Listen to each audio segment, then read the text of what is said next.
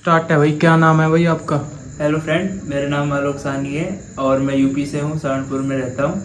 और अभी जो स्टडी कर रहा हूँ वो central university of Punjab Bathinda से कर रहा हूँ। कौन सी स्टडी कर रहे हो भाई?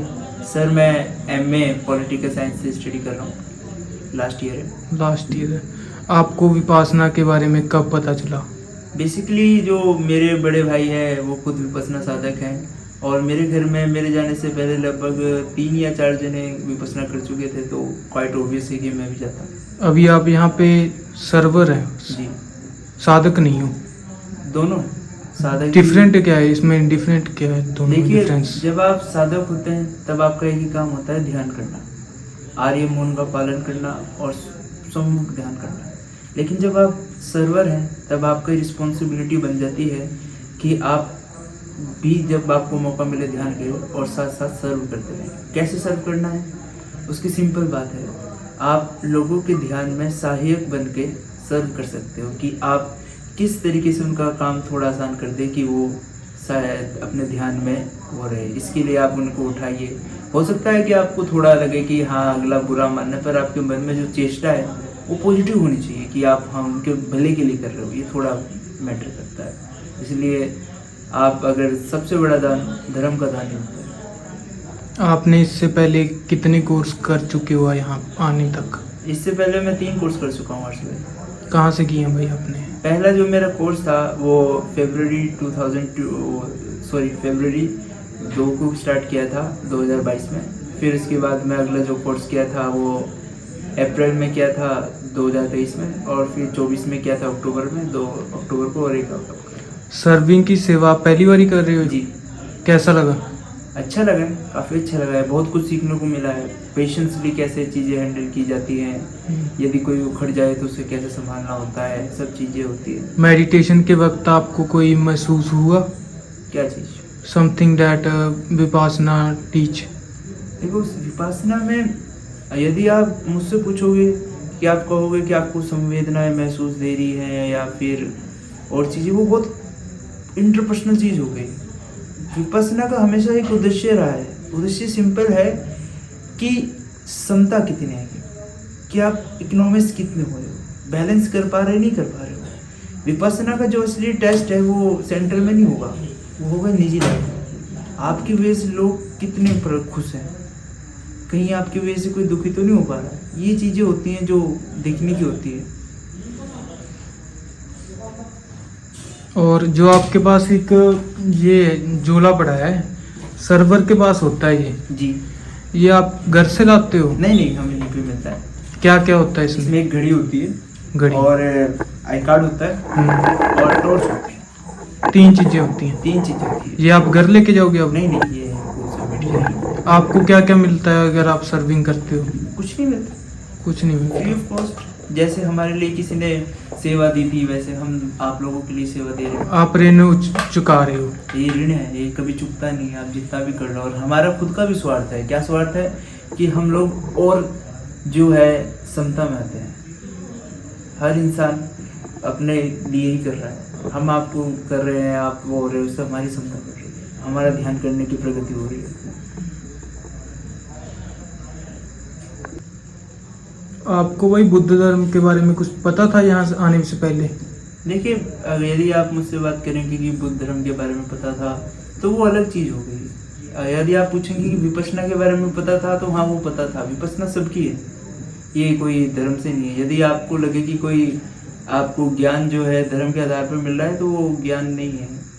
जो धर्म है वो सबका है, ये सब संप्रदाय है।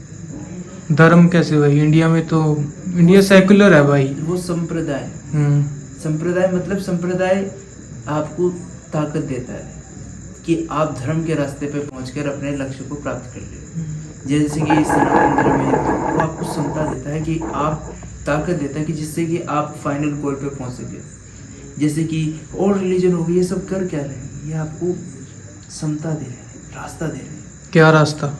रास्ता है अपना आपको फाइनल गोल पे पहुंचाना। कौन सा गोल? वीतराग, जिसमें कि आपकी बॉडी के ऊपर, चित्त के ऊपर राग का प्रभाव ही ना पड़े, राग और द्वेष की वो ही ना हो, इससे संस्कार पैदा नहीं होंगे। जब संस्कार पैदा नहीं होंगे तो आप मुक्ति की ओर जाओगे। अभी ये जैसे आप यहाँ पे हो, धम्मा, इसका मीनिंग क्या है? धम्मा मीन्स धर्म, मीन्स सिंपल मतलब धर्मा में से धर्म था। धर्म के 3 अंग होते हैं, सील, समाधि और प्रज्ञा। सील, समाधि, प्रज्ञा ही रास्ता है जो आगे जाके अष्टांगिक मार्ग में कन्वर्ट होगा, और इस पे चलते चलते आप धर्मा को प्राप्त कर लोगे, जिसे हम लोग मोक्ष कह देते हैं हिंदू धर्म में, और निर्वाणा बोल देते हैं बुद्ध धर्म में। और समाधि, पन्ना, ये शब्द जो यूज होते हैं, इनका मीनिंग क्या है? देखो, सील जो वर्ड है ये होता है मॉरलिटी, जिसमें आप 5 सील होते हैं, व्यभिचार नहीं करना है, किसी की हत्या नहीं करनी है, झूठ नहीं बोलना है, और इसके अलावा आप नशा पत्ते का उपयोग नहीं कर सकते हो, और 5 सेक्सुअल मिसकंडक्ट नहीं कर सकते हो, जिसे व्यभिचार वगैरह भी कह देते हैं। और 3 होती है ओल्ड स्टूडेंट के लिए कि आप लग्जरी बेड पर नहीं सो सकते, आप दोपहर के बाद भोजन नहीं खा सकते हो, और लास्ट होता है कि आप कोई वो परफ्यूम वगैरह यूज़ नहीं कर सकते, ये बाध्य होता है। उसके बाद होती है समाधि। समाधि में हम अपना ध्यान को केंद्रित करते हैं। इससे क्या होता है कि जैसे कि सांस आया, सांस लिया, मन ना बहुत तीक्ष्ण हो जाता है। तीक्ष्ण की मतलब उसमें क्षमता आ चुकी है कि वो बॉडी पे जाके अपना आप को एक्सप्लोर कर सकता है। अब फिर जैसे ही मन समाधि में लगा, समाधि के बाद में हमने शुरू कर दी विपश्यना। अब हम यहाँ लेके जा रहे हैं, यहाँ लेके जा रहे हैं, हम संवेदना देख रहे हैं, लेकिन देख क्यों रहे हैं ये भी बहुत महत्वपूर्ण है। इसलिए नहीं देख रहे कि हमें मजा आ रहा है कि हाँ संवेदना देख ली, दिल का धड़कना देख रहे हैं, इसलिए देख रहे हैं कि जो मन का स्वभाव है वो हमेशा एक ध्यान का होता है। क्या ध्यान? कि बॉडी पर कोई संवेदना हुई, सुख और दुख प्रकट कर दिए। हम वो व्यवहार को बदलने आए हैं, मन को बताने आए हैं कि देख ये तेरी बॉडी के ऊपर किसी ने मारा, ये जो संवेदना थी आई रही गई। जब कोई चीज अनित्य है, खत्म होना ही होना है, तो उसके प्रति राग और द्वेष क्यों जगाना है? बौद्धिक आधार पे जान रहे हैं, लेकिन जब आप ध्यान में उतरते जाएंगे, धीरे धीरे धीरे आपकी प्रोग्रेस होगी, तब आप ये भी जानते जाएंगे धीरे धीरे करके। और रास्ता बहुत लंबा है, 1 विपश्यना 2 विपश्यना कोई मैटर नहीं करता है, लेकिन आप पहला कदम उठाए तो आप उम्मीद करेंगे कि आप चलेंगे। मैं भी चल रहा हूँ, आप भी चल रहे हैं, बहुत लंबा रास्ता है, लेकिन बहुत पीसफुली चलना है।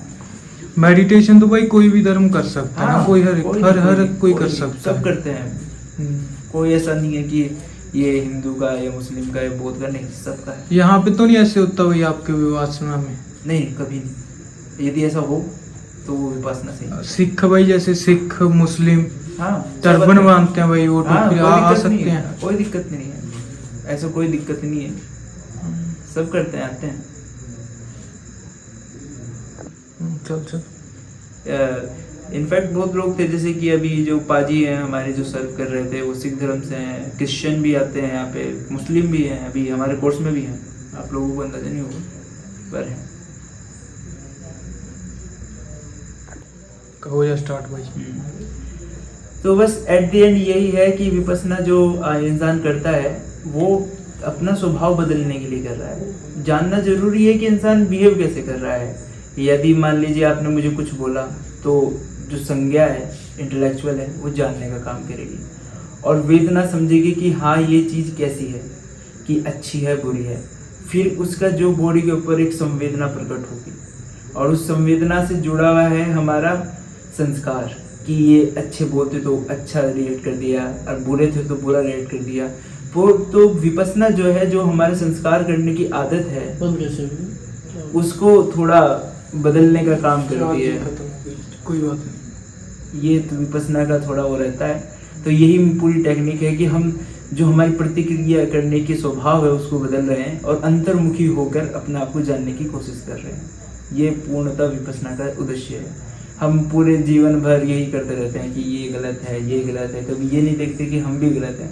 तो थोड़ा इस चीज़ पे काम कर ले तो वो अच्छा रहेगा। विपश्यना का मेन उद्देश्य यही। मैंने भाई ये चीज़ भी देखी है, जैसे अब 10 दिन यहाँ पे थे तुम, पैसे से बहुत दूर हो गए भाई, टेक्नोलॉजी से दूर हो गए, अच्छा नहीं लगता भाई नेचर के पास। पहले भाई अच्छा ही था, बार्टर सिस्टम था भाई, अब हम दुनियादारी में भाई ज़्यादा नहीं हो गए? क्या करें, मानव स्वभाव, मानव को दुनियादारी से जुड़ना है। देखो, इंसान की जरूरत है समान, लेकिन उसको उसके प्रति मोह नहीं क्रिएट कर देना है, उसके प्रति कि और चाहिए ये नहीं करना है। अब मान लीजिए आपको फ़ोन से बात करनी है, अब आपकी आवश्यकता है कि आपको फ़ोन से बात करनी है, बात कीजिए, रख दीजिए। इसमें ये क्या है कि आज फ़ोन नहीं मिला तो मेरा जीवन नहीं कटने का, ये चीज़ थोड़ा गलत हो सकती है। इंसान को रहना है, हाँ, चीजें हमें सब करनी है, लेकिन उसके प्रति राग और द्वेष के संस्कार को हटाना है। ऑब्जर्वेशन करना सीखें, रिएक्ट करना कम करें, ऑब्जर्वेशन ज्यादा करें। ये थोड़ा विपश्यना का उद्देश्य रहता है। ऐसे नहीं लगता भाई हर एक जगह जैसे मेडिटेशन होनी चाहिए, कोई सेंटर पढ़ाई होनी चाहिए कॉलेजों में, स्कूल में, बच्चों को शुरू से ही बताओ। कायदे से होनी तो चाहिए, पर अब ये नहीं हो पा रही है तो कोई नहीं। लेकिन खैर विपश्यना इस चीज़ में अच्छा कर रहा है, टीन एज मेडिटेशन भी कराता है, और उसके बाद में 10 डेज कोर्स होते हैं, और उसके बाद में आप मान लीजिए आपको आना हो तो 3 डेज लॉन्ग कोर्स होते हैं। इसके अलावा सती पठान सुता 20 डेज कोर्स, फिर 30 days course. They all are free. Yeah, absolutely they are free, but they are working how you work for them. Work in the sense how you meditate, how you created the entire atmosphere of the Vipassana Kendra. You know, the sensation come in the form of what we call waves, and these waves should be positive. That's how the Vipassana work. भाई funding आती है भाई ये free coaching करवा? आया आप लोगों की दान के उस पर चलता है कि आपके मन से जितना दान होता है, इसको बोलते हैं संवर्ग दान। दान कभी भी इंफीरियरिटी कॉम्प्लेक्स या सुपीरियरिटी कॉम्प्लेक्स में नहीं होना चाहिए। इस चीज़ को समझिए। इंफीरियरिटी कॉम्प्लेक्स मतलब मान लीजिए कि मेरे पास में 1000 रुपये हैं और मैं वो दान देना चाह रहा हूँ। ये भाई है कोई रैंडमली, इसके पास 2000 रुपये हैं, और उसमें देख के करूँ अरे यार मेरे पास 1000 रुपये हैं यार, कहीं ये मेरे को जज ना कर ले।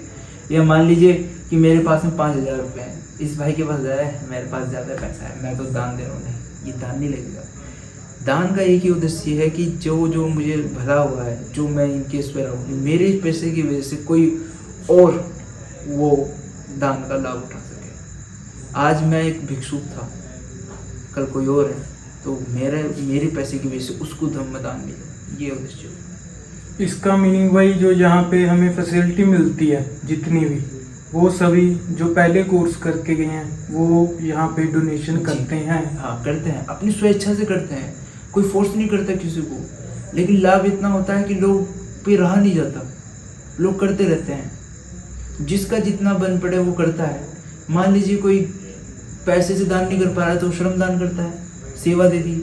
सेवा नहीं कर पा रहा है तो कई बार कुछ साधक ऐसे भी होते हैं कि जैसे कि आचार्य बताते हैं 8वें 9वें दिन कि एक राजा थे, जब तक पैसा था पैसा दिया, दान दिया, लेकिन जब देखा कि अब पैसा खत्म हो रहा, घर से मिट्टी उठा लेते थे, उपजाऊ मिट्टी, वो पेड़ में डाल देते थे।